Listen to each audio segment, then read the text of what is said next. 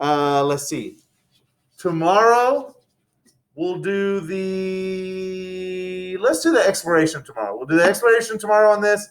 We'll do the multiple choice on Wednesday, and then Thursday I will be out. I will have a sub. Y'all will do the unit assessment for all the earthquake stuff because we'll be finishing up earthquakes this week. So yeah, today lecture and constructive response. Tomorrow we'll do the exploration. Wednesday we'll do the multiple choice, and then Thursday you will have a unit assessment while the sub is here. So real quick, what they start off with, they start off on a weird kind of tangent. They're talking about zombie apocalypses, and we all like to pretend that the zombie apocalypse would come, and we also all like to pretend like we would survive if the zombie apocalypse came. You say you would, but you nah. Listen, I don't need any 2 cents from the back. Yeah, I'm sure you'd be real great at that. We all have utter confidence in you surviving the zombie apocalypse. So what they're just kind of like leading into is instead of like a zombie apocalypse survival kit, what should you put in a earthquake survival kit? And if you live in an area that has this kind of stuff, you should think ahead and think what's the worst case scenario for an earthquake? What would I need in my earthquake survival kit? In Texas, we don't need too much of that. You could have like a tornado survival kit if you really thought that you lived in a high prone area. We here at school have a couple survival kits because you never know what's going to happen at school. And if we do enter into a lockdown, we might be in here for a while in a lockdown. So every classroom has this like survival kit with some snacks, some water, I think a couple candy bars maybe to help if someone gets low blood sugar. It's got like first aid stuff and just some general stuff just in case you happen to be trapped in a classroom for like 3 or 4 hours while some stuff goes down. You have something on the backup. Yeah. What? What are you worried about the snacks? They like expire. You like gummies? So already I'm sensing a problem. The point of like an emergency kit is you don't eat the snacks now because you won't have them later. Like we all get in a like emergency situation and all the snacks are gone and we're like, oh well, Jose ate the candy bars like a year ago. Saying, what happens if it happens in 3 years and you still have the snacks from 3 You'll years survive. ago? You'll survive. Yeah, they don't go out of. Listen, some of the stuff y'all are buying from the Palmer Market, it's been in there on the shelf for like 3 years. No, they recently went and redid it. Yeah, they're not turning over their inventory that much. Like you're buying some old candy bars for sure. Yeah. So yeah, it'll just be a 3-year-old candy bar. It's fine. Like it'll be fine. So the question is, what kind of stuff would you put in your emergency survival kit for like an earthquake? Because that's what we're talking about. So what kind of stuff might you want in your emergency survival kit for an earthquake? Flashlights are going to be number one for any emergency survival kit. When the lights go out, it makes things much more difficult to do stuff if you don't have any light. And so flashlights are a good idea. Nowadays, get yourself one of the like headband flashlights so you don't have to hold the flashlight. Much better, and they run off LEDs so they last a little bit longer. Gasoline, if the gas stations are out, that's one of the things that we had problems with during the snowstorm that we just got through. All the gas stations are shut down because the roads were so icy they couldn't get gas deliveries. People actually drove down here from like Canada and Wisconsin and Minnesota with snow plows to try to help us out, and they couldn't even help anybody out because all the gas stations were shut down. So in your emergency survival kit, a little bit of gas, just a little bit, might be enough to get you to the store and back, might be enough to get you to the gas station if you run real low. Radios, usually that's kind of like an old school thing. We get our news and our updates now from our phone. But back before the invention of smartphones and before they were widely used, if you had a power outage, you'd have to hop on the radio to figure out what's going on. Truth is now, your cell phones will probably still be fine. You can get, you may not get Wi-Fi signal, but you should get some sort of cellular signal and be able to look up what's going on. So radios are probably a little bit old school for your survival kit, but people still do pack them. Water, obviously, if you get stuck somewhere for any prolonged period of time, water is going to be the number one thing that you want there. A little bit of food, some snacks might go a long way. But in my kit, I'm thinking flashlights and batteries, some sort of maybe backup power charger. Does anybody have like the like battery? Yeah, like a charging case or like a backup battery power. I forget what they call them. Portable chargers? Yeah. Power bank is another term for it. Yeah, little portable charger, power bank. Yeah. I have like 6. Yeah, we all have a bunch of them, but do you keep them charged up just in case? Well, that's good. And Chromebooks work well too. And yeah, your Chromebook can always charge it, but then you're also taking power out of your Chromebook. But yes, you can charge your phone from a laptop. But that's one of the things when you talk about flashlights, everybody has a flashlight, but very rarely are your batteries replaced. And so usually when the power goes out, you go find your flashlight, you turn it on, and you find out, oh, all my batteries are dead. So you want to make sure your batteries are charged up and everything's ready to go. So question 1 on the constructed response. Hey, come on, let's focus and stop talking. Number one for the constructed response is going to ask you what kind of stuff you might put in your survival kit for earthquakes. So if we go on to the actual first page of the reading, they're basically talking about the bad stuff that's going to happen in an earthquake. What is going to affect us as humans besides just the shaking and the earthquake itself? And so very quickly they get down here to this video, which we're not going to watch. It's super old. But one of the things I mentioned before, a huge problem with earthquakes is all the stuff that we bury in the ground. So underneath a standard city street, you have gas lines, power lines, water lines, sewage lines, pretty much everything that we don't want to just see all around the city, we bury it underground. And the problem is when an earthquake happens, a lot of that stuff gets cut. Your power lines get cut, your water lines get cut, your gas lines get cut, and all that stuff mixes or flows out, and you have a lot of problems for it.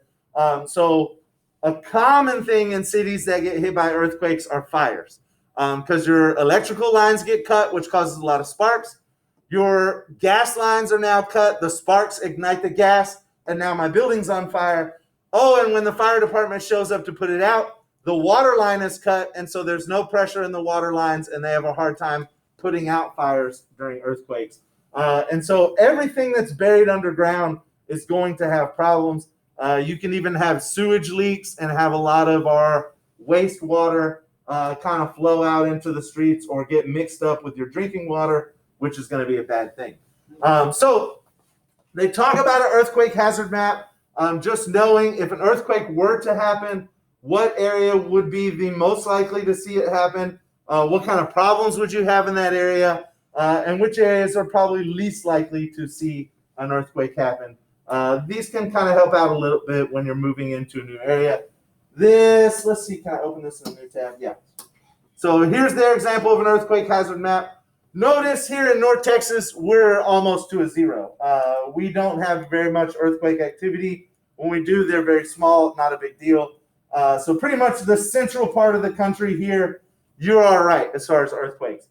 You go west or you go east, and you might be entering into a zone that has a lot more earthquakes than we're used to here in Texas. I did experience an earthquake while I was living up here in Oklahoma City or in Norman. It was not a very big earthquake. It didn't cause any damage. It just kind of shook the walls. But you can see as you get into like the Rocky Mountains and over on the west coast near the Pacific Ocean, you get more earthquake incidents. As you get into the Appalachians, you get more earthquakes. Apparently Hawaii has quite a few earthquakes, probably because of their volcanoes. And then Alaska. Alaska is the #1 state in the United States for earthquakes. They get the vast majority of our earthquakes and volcanic eruptions in Alaska there. So let's see. Keep going. Building codes. So this is a big deal in California. We don't deal with this here because, again, we don't have very many earthquakes. But in California, the question is not if an earthquake will happen, it's when it's going to happen. And so they've gone through and tried to re-engineer buildings, try to figure out, hey, if an earthquake of this size happens, which of these buildings are going to fall down? Which ones are going to be a big problem? This one will be okay. That one's going to have problems. And let's say this one, it's really old. It doesn't have any new technology. It's just basically wood and bricks. This one's going to fall all the way down. You're not going to have anybody survive inside the building. So what we'll do is we come in and try to re-engineer. We try to retrofit these buildings, add more supports to them, help them kind of bend and move in an earthquake instead of breaking, and hopefully make the city a little bit safer. And so California is doing a lot of this. Japan is kind of like the gold standard for retrofitting buildings.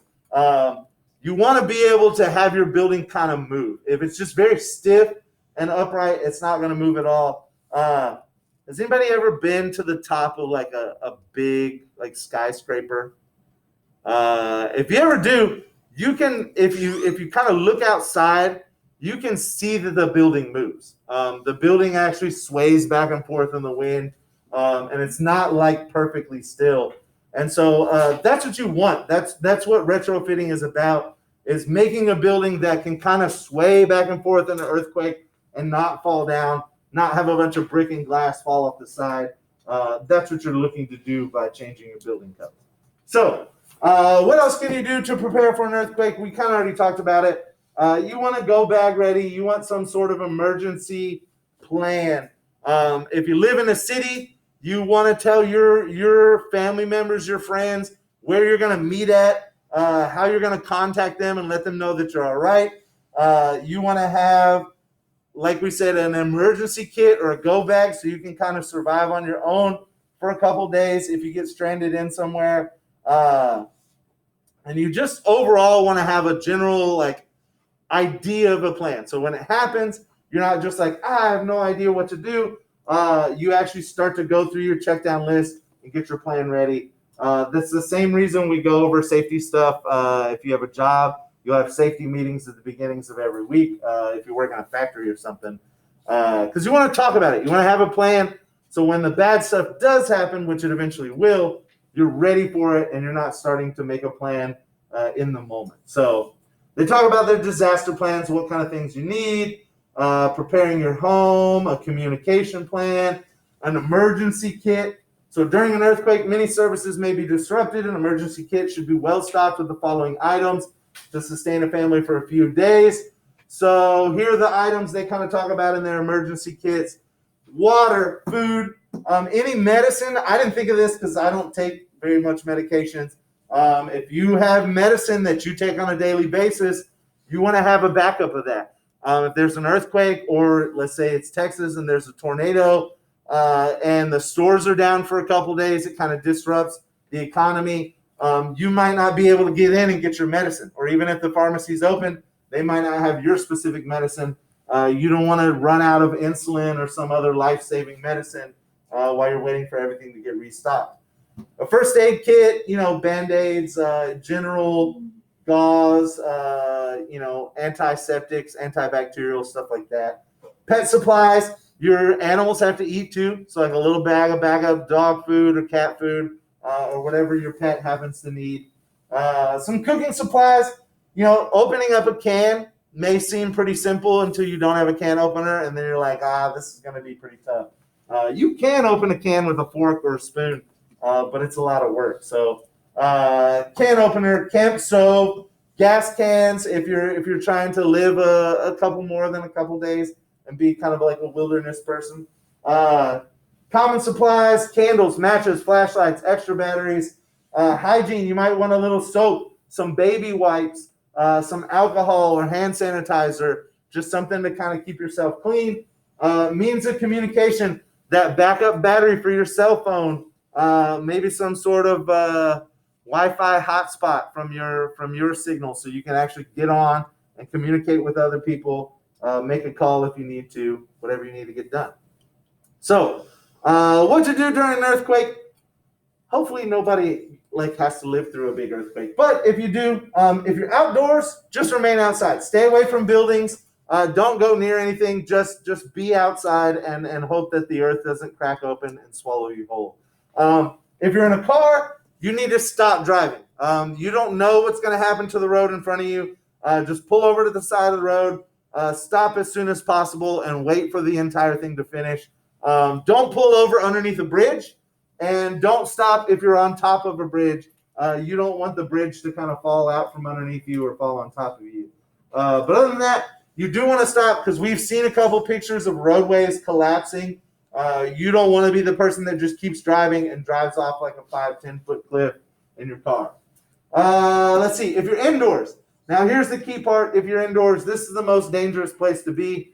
You want to find something sturdy, whether it's a door frame that looks pretty sturdy, an interior door frame under a table. You want to get away from windows, and you want to kind of stay away from the center of a room.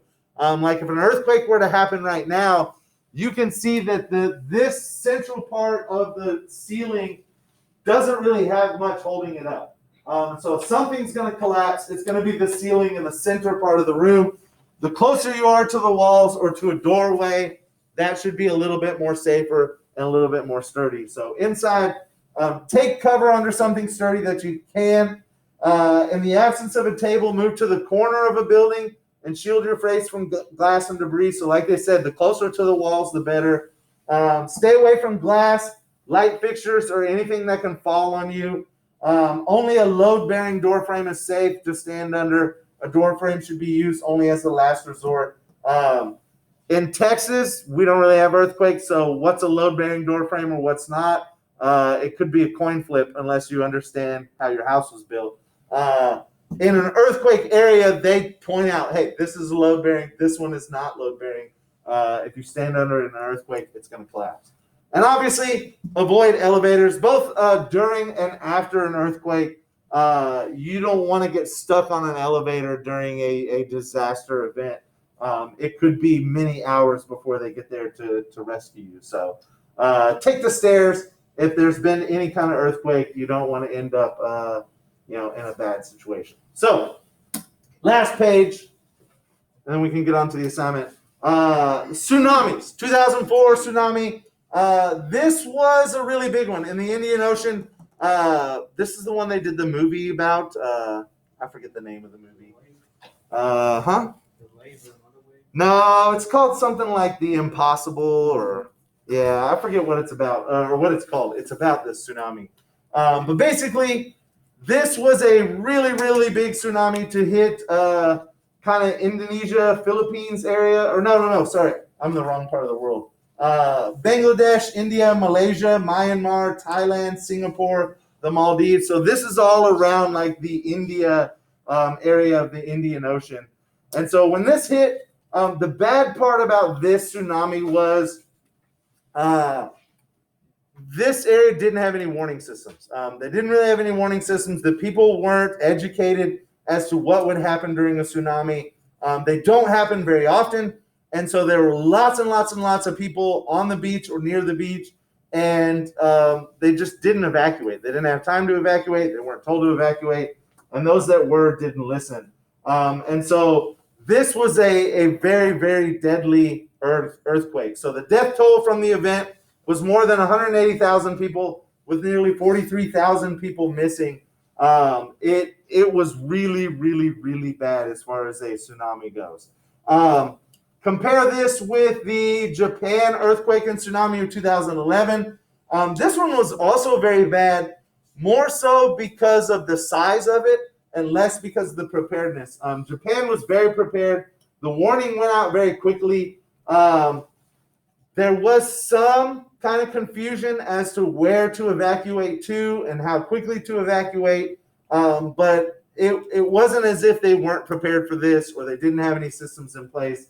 And so even with all that preparation, there were still about 20,000 people that died because of this. It knocked out the Fukushima Daiichi nuclear power plant, which they're still cleaning up today. This was a really, really bad tsunami and earthquake. So the point of a tsunami is when I have an earthquake, some part of my ocean bottom is going to move. Something's either going to drop down or get pushed up. And when the ocean bottom changes, I've now pushed up or dropped out a bunch of water in that area of the ocean. The water is always going to go downhill. And so no matter what happens, you're going to have water rush in a certain direction. That's the start of your tsunami.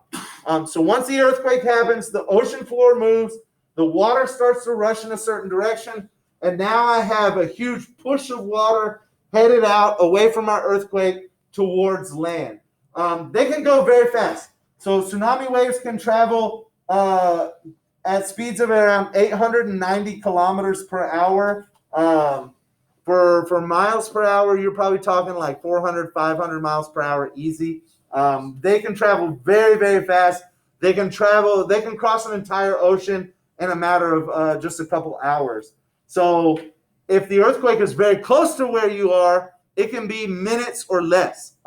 This earthquake that hit near Japan, the tsunami was coming onshore within a matter of minutes, not hours. And so people had very, very little time to prepare and to try to evacuate. The main thing about tsunamis that you need to know is the earthquake changes the ocean floor, which starts the wave off. The wave is not very big until it gets up to the actual land. And so what you'll see real quick, you'll see this kind of profile where I have the ocean bottom and it kind of comes up towards land here. Let's say the water's red.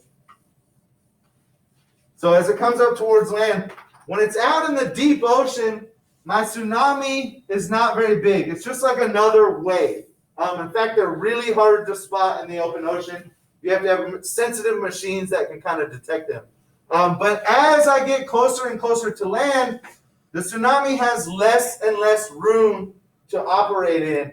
And so as it comes up on shore, it gets pushed up higher and higher and higher until it gets onshore, and that's the point where it reaches its highest level. And so the tsunami doesn't really get big until right when it gets to shore. Yeah. Can a human make a tsunami? We have made tsunamis sometimes, not like a single human, and we wouldn't be able to make them as big as like a natural tsunami caused by an earthquake. But like if we set off an atomic bomb in the ocean, or if we blew up a big section of a mountainside by the ocean and it all kind of fell in, we could create a tsunami. But we try not to do that. So just remember that in the open ocean, it's traveling very fast, but it's not very big. So if you're a boat out in the open ocean, you're not going to see the tsunami. It's only going to get big right when it comes ashore. The other thing I might point out is tsunamis are tricky. If you're on the beach, what you're going to see before the tsunami gets there is the water's going to go away from the beach first.